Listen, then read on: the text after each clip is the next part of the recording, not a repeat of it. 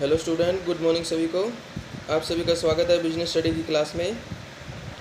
और business study में हमारा चैप्टर चल रहा है public sector and private sector. तो चलिए शुरू करते हैं इस चैप्टर में नेक्स्ट टॉपिक। आज का जो टॉपिक है हमारा वो है गवर्नमेंट कंपनी, यानी कि सरकारी कंपनी। गवर्नमेंट कंपनी का मतलब ऐसी कंपनी से है जिसकी टोटल जो पेड अप कैपिटल होती है, यानी कि पेड अप कैपिटल कुल कैपिटल होती है, उसका कम से कम 51% पार्ट जो है वो सेंट्रल गवर्नमेंट के पास या स्टेट गवर्नमेंट के पास या दोनों के पास हो। इसका मतलब क्या है कि इसका जो मालिकाना हक है, इसकी जो ओनरशिप है वो 50% से ज़्यादा, यानी कि 51%, यानी कि आधे से ज़्यादा जो कैपिटल है, जो ओनरशिप है, वो किसके पास होती है? सेंट्रल गवर्नमेंट, स्टेट गवर्नमेंट, या फिर क्या है, दोनों के पास क्या है, कंबाइन रूप से क्या है, होती है। ऐसी जो कंपनियां होती हैं, जो गवर्नमेंट कंपनियां होती हैं, उनका रजिस्ट्रेशन जो है वो भारतीय कंपनी अधिनियम, यहाँ पे आप लिखोगे 2013, यानी कि भारतीय कंपनी अधिनियम जो 2013 है उसके अंडर में इनको क्या है, रजिस्टर्ड किया जाता है। अगर इन कंपनियों का 51% गवर्नमेंट के पास ना हो, यानी कि स्टेट गवर्नमेंट के पास या सेंट्रल गवर्नमेंट के पास ना हो, तो इन कंपनियों को फिर क्या है, सरकारी कंपनी नहीं कहा जाता। मतलब अगर 50% से कम इनके पास आधे से कम हिस्सेदारी हो तो ऐसी कंपनियां फिर सरकारी कंपनियां क्या है, नहीं कहलाई जाएंगी। सरकारी कंपनियां जो होती हैं वो 2 टाइप की होती हैं। पहला जो टाइप है वो है होली ओन्ड, यानी कि इसमें सारे के सारे जो शेयर होते हैं, सारे का सारी जो ओनरशिप है वो किसके पास होती है? सरकार के पास होती है। मतलब पूरी पेड अप कैपिटल क्या है, सरकार के पास होती है। दूसरा जो आता है वो है मिक्स ओनरशिप। मिक्स ओनरशिप में जो गवर्नमेंट है वो और जो पब्लिक है वो दोनों के दोनों क्या है, पार्टिसिपेंट होते हैं, मिक्स रूप से पार्टिसिपेंट होते हैं। लेकिन मेजर शेयर होल्डर, मतलब बड़ी शेयर होल्डर कौन होती है? सरकार होती है। 51% या उससे ज़्यादा हिस्सा जो है वो क्या है, गवर्नमेंट के पास होता है। कौन सी गवर्नमेंट के पास होता है? सेंट्रल गवर्नमेंट के पास होता है या स्टेट गवर्नमेंट के पास होता है, या दोनों के पास क्या है, मिक्स रूप से भी क्या है, हो सकता है। कुछ एग्जाम्पल दे रखे हैं गवर्नमेंट कंपनी के: Hindustan machine tools, Hindustan steel limited, state trading corporation of India, coal India limited, Hindustan aircraft limited, Mysore sugar company, Bharat heavy electrical limited. तो ये 7 एग्जांपल दे रखे हैं। ये सारे के सारे एग्जांपल हैं गवर्नमेंट कंपनी के। अब हम बात करते हैं कि गवर्नमेंट कंपनी जो होती हैं उनके फीचर्स कौन कौन से होते हैं, कौन कौन सी इनकी विशेषताएं होती हैं। तो इसमें सबसे पहला जो पॉइंट आता है वो आता है फॉर्मेशन। तो फॉर्मेशन मैंने अभी आपको बताया था कि इंडियन कंपनी एक्ट 2013 या उसके पहले के किसी एक्ट के अंडर में क्या है, इनको एस्टिब्लिश किया जाता है। यानी कि 1956 के अंडर में भी रजिस्टर्ड हो सकती है, 2013 के अंदर में भी क्या है, रजिस्टर्ड हो सकती है। तो इस एक्ट के अंडर में ही इनको क्या है, एस्टिब्लिश किया जाता है। इनके जो प्रोविज़न्स हैं वो इसी एक्ट के अंडर क्या है, दे रखे होते हैं। बाकी अगर गवर्नमेंट चाहे तो इसमें क्या है, कोई प्रोविज़न के अंदर क्या है, कोई छूट दे सकती है। लेकिन इससे पहले क्या है, पार्लियामेंट में क्या है, ये पास होने के बाद ही क्या है, इस तरह की कोई छूट जो है वो क्या है, दी जा सकती है। सेकंड पॉइंट आता है ओनरशिप। ओनरशिप में मैंने अभी आपको बताया था कि इसमें जो टोटल कैपिटल होती है, टोटल जो पूंजी होती है, उसका कम से कम 51% पार्ट जो है वो क्या है, गवर्नमेंट के पास होता है। चाहे वो सेंट्रल गवर्नमेंट हो, चाहे स्टेट गवर्नमेंट हो, चाहे वो क्या है, कंबाइन रूप से हो। थर्ड पॉइंट आता है मैनेजमेंट। मैनेजमेंट कौन करता है सारी की सारी? तो इसमें मैनेजमेंट करने का काम क्या है, बोर्ड ऑफ डायरेक्टर का होता है। और ये बोर्ड ऑफ डायरेक्टर जो होते हैं ये सारे के सारे क्या है, गवर्नमेंट के द्वारा ही क्या है, अपॉइंट किए जाते हैं। तो इसमें गवर्नमेंट के खुद के पर्सन भी हो सकते हैं और प्राइवेट पर्सन जो हैं वो भी क्या है, डायरेक्टर हो सकते हैं। फोर्थ पॉइंट आता है फाइनेंसिंग। तो देखो, अगर सारी की सारी क्या है, मान लो शेयर जो हैं वो गवर्नमेंट के पास हों तो क्या है, फाइनेंसिंग करने का काम गवर्नमेंट करेगी। अगर दोनों के पास हों तो क्या है, मतलब पब्लिक के पास और गवर्नमेंट के पास, दोनों के पास हो तो दोनों क्या है, फाइनेंसिंग का काम करेंगी। फाइनेंसिंग का मतलब क्या होता है, इन कंपनियों को चलाने के लिए पैसों की जो ज़रूरत होती है वो गवर्नमेंट और पब्लिक दोनों क्या है, कंबाइंड रूप से करती हैं। फिफ्थ पॉइंट हमारे पास आता है अपॉइंटमेंट। यानी कि इसमें जो नए कर्मचारी जो हैं, नए एम्प्लॉइज़ जो अपॉइंट किए जाएंगे, उनकी अपॉइंटमेंट किस तरह से होगी। तो इनकी अपॉइंटमेंट जो है वो क्या है, कंपनी के जो खुद के सर्विसेज के जो रूल्स हैं, उन रूल्स के अकॉर्डिंग, उन कंडीशंस के अकॉर्डिंग क्या है, की जाएंगी। और एक बात और है इसमें ध्यान रखनी है कि इसमें जितने भी एम्प्लॉइज़ होते हैं वो क्या है, अदर गवर्नमेंट एम्प्लॉय किस तरह के हैं, नहीं होते, मतलब गवर्नमेंट एम्प्लॉय नहीं होते, ये कंपनी के एम्प्लॉयज़ कहलाए जाएंगे। नेक्स्ट पॉइंट आता है सेपरेट लीगल एंटिटी। तो ये पॉइंट आपने हर जगह ध्यान रखना है। कोई भी कंपनी जो कंपनी एक्ट 1956 या 2013 में रजिस्टर्ड हो जाए, यानी कि कोई भी कंपनी जब इस एक्ट के अंडर में क्या हो जाए, रजिस्टर्ड हो जाए, इसके रजिस्टर्ड होने के बाद कंपनी और कंपनी का जो मालिक है वो दोनों क्या है, सेपरेट एंटिटी कहलाएंगे। मतलब कि उन दोनों का क्या होगा, अलग अलग अस्तित्व होगा, मालिक अलग होगा और क्या है, कंपनी अलग होगी। एग्जाम्पल के तौर पे क्या है, एक पर्सन है, उसका नाम है विश्वास।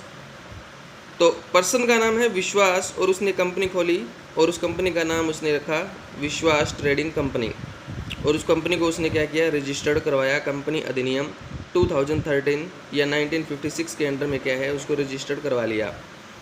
तो रजिस्टर्ड करवाने के बाद अब देखो, हालांकि नाम तो दोनों के सेम ही है, एक का नाम है विश्वास पर्सन का नाम और कंपनी का नाम है विश्वास ट्रेडिंग कंपनी। तो ये दोनों क्या है, रजिस्टर्ड होने के बाद, कंपनी के रजिस्टर्ड होने के बाद दोनों अलग अलग अस्तित्व होगा।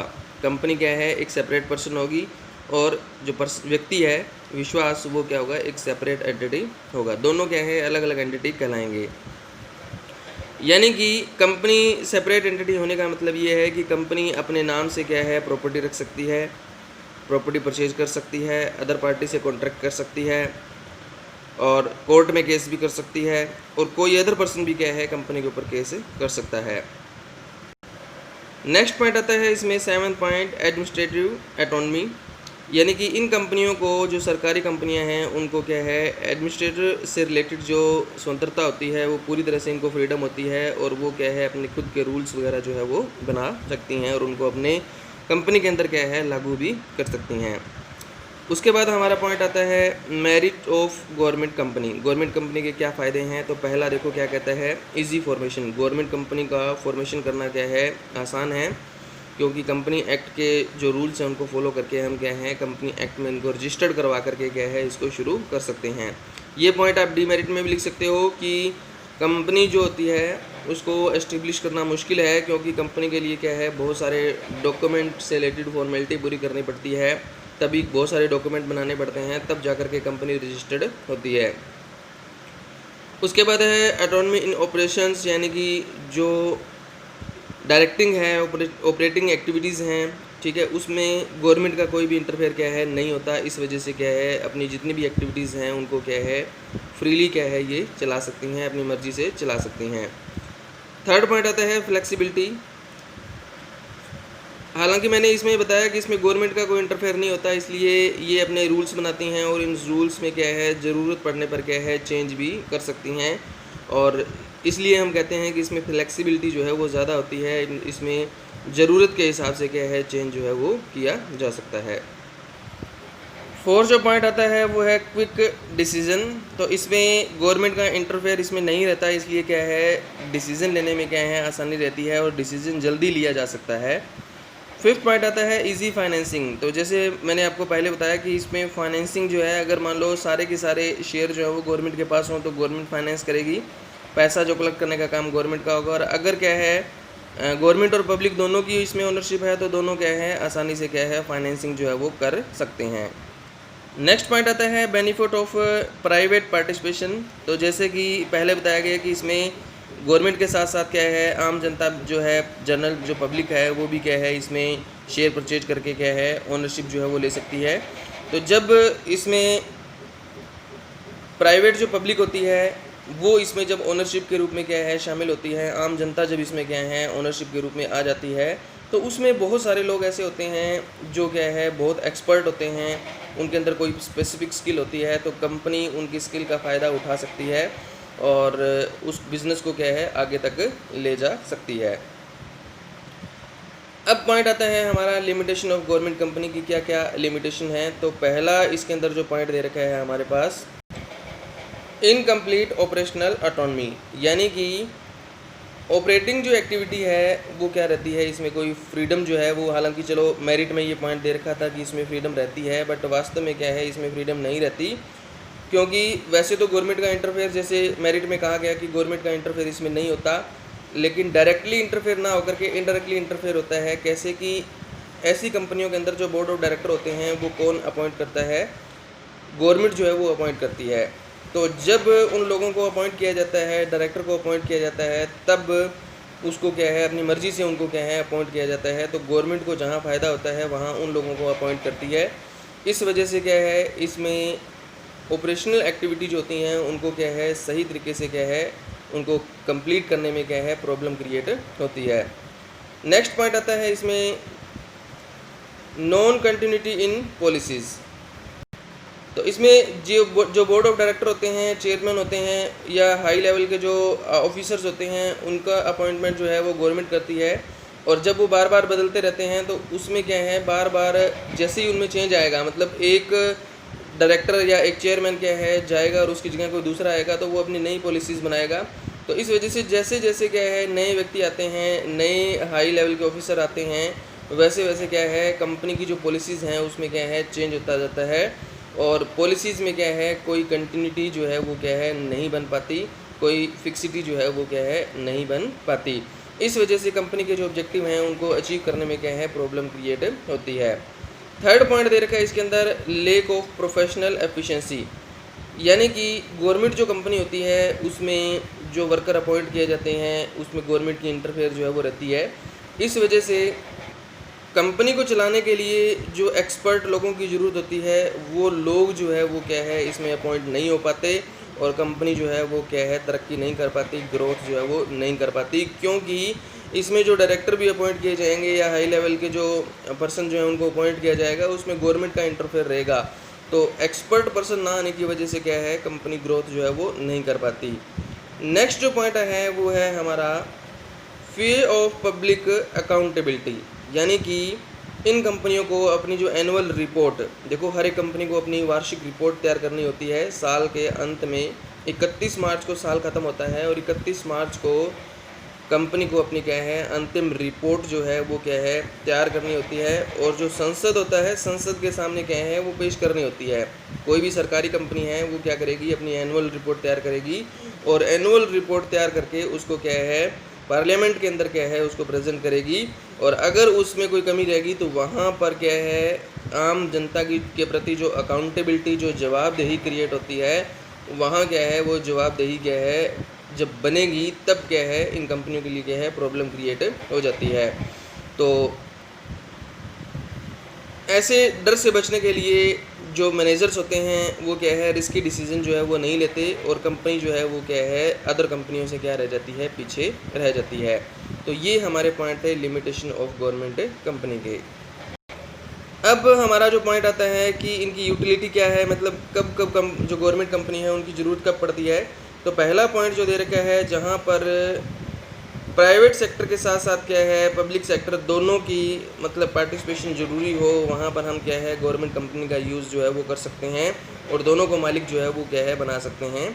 और उसके बाद आता है सेकंड पॉइंट, जहाँ पर इकोनॉमिक एक्टिविटी को हमने ज़्यादा बढ़ाना हो, आर्थिक गतिविधियाँ जो है देश के अंदर ज़्यादा बढ़ानी हो, तो वहाँ पर हम क्या है सरकारी कंपनी को इस्टेब्लिश करेंगे। क्योंकि ये कंपनियाँ सरकार के कंट्रोल में होती है और सरकार जो है वो ग्रोथ के बारे में, देश के विकास के बारे में क्या है ज़्यादा सोचती है। तो जहाँ पर हमें आर्थिक विकास के बारे में ज़्यादा सोचना हो या आर्थिक विकास ज़्यादा करना हो तो वहाँ पर ऐसी कंपनियाँ जो है वो इस्टेब्लिश की जाती हैं। इसके साथ साथ क्या है कभी कभी क्या है गवर्नमेंट एक ऐसी कंपनी बनाना चाहती है, एक ऐसा बिज़नेस स्थापित करना चाहती है जो बाद में क्या है प्राइवेट सेक्टर को ट्रांसफ़र करती है, तो उसमें कंपनी का यूज़ किया जा सकता है। तो इसमें क्या होगा, गवर्नमेंट के द्वारा क्या है कंपनी इस्टेब्लिश की जाएगी जिसको सरकारी कंपनी कहा जाएगा। तो सरकारी कंपनी गवर्नमेंट के द्वारा इस्टेब्लिश करने के बाद जब वो डेवलप हो जाएगी तो उसके शेयर जो है वो प्राइवेट सेक्टर को बेच दिए जाते हैं। मतलब कि एक पूरा सेटअप बना करके पूरा का पूरा तैयार करके बिज़नेस फिर प्राइवेट सेक्टर को बेचा जाता है, ताकि क्या है प्राइवेट सेक्टर जो है उसको क्या है आगे ग्रोथ करने में क्या है दिक्कत ना आए।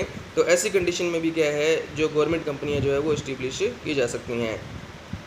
तो यहाँ तक आप करोगे आज गवर्नमेंट कंपनी क्या है, इनके क्या क्या फ़ीचर्स हैं, क्या क्या मेरिट है, डीमेरिट है और क्या इनकी यूटिलिटी है। ओके, थैंक यू सभी का।